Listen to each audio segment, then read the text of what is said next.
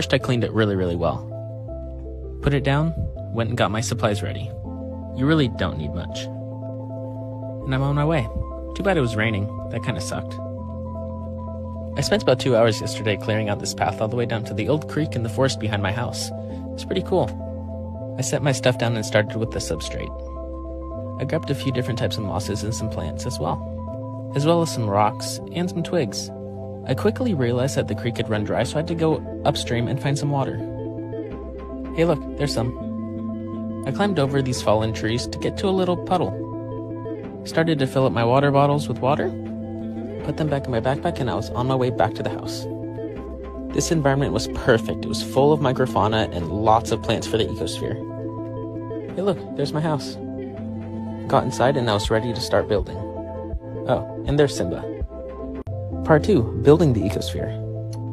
First we start with the soil and substrate. It's packed full of microorganisms and other little creatures living inside of it.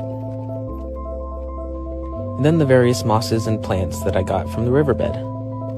Then I added the first 2 water bottles of water. That way it would help keep it cemented in. Then I added in a couple other natural accents. That includes some twigs and some rocks, and some little pebbles as well with some moss on it. Then I topped it off with some more dechlorinated water, and then topped it off with some moss. Closed the lid, and it's sealed. It's pretty murky right now, but in a day, it'll probably settle up a bit, and I'll update you guys again. I'm gonna leave it by this window for some proper lighting. And look, you can already see some of the microorganisms living inside. It cleared up pretty decently in the first hour. I'm excited to see if this self-sustaining system actually works out. Part 3. I want to thank all of you for the love and support I've had on this journey so far. The energy and excitement for this is just incredible. Oh, and Simba says thanks as well. The dust is settled and the water is quite clear. I can see the little guy swimming around a lot easier now. Lots of people have been asking how the living things are getting air. Yes, this is a self-sustaining system, say that 5 times fast. But until things are settled in, I'll have to open the lid a few times to help oxidize the plants. This won't be a fast journey. We really can't rush nature. But what we can do is sit back, relax, and observe how intricate this really is. I'm really curious to find out what kind of creature this little guy is. He seems to be the biggest out of all them. I'm sure we'll remember him. Should we give him a name? Anyways, it's doing quite well. I'll update you guys in a couple of days. It's 7 a.m. and before I leave for my classes, I had to check on the ecosphere. As expected, there isn't much change. It's only been a day.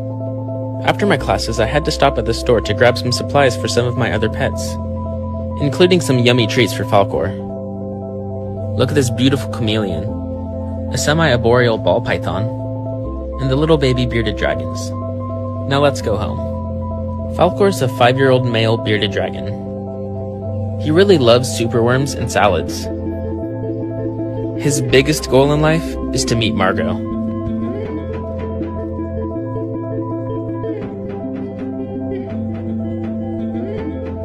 Over the last few days, he's really enjoyed sitting on the windowsill and watching the ecosphere. We have noticed quite a lot more of the microfauna swimming around, until they go and hide in the floating moss that they've made their home. I'm very intrigued to see what they will look like in a week or so.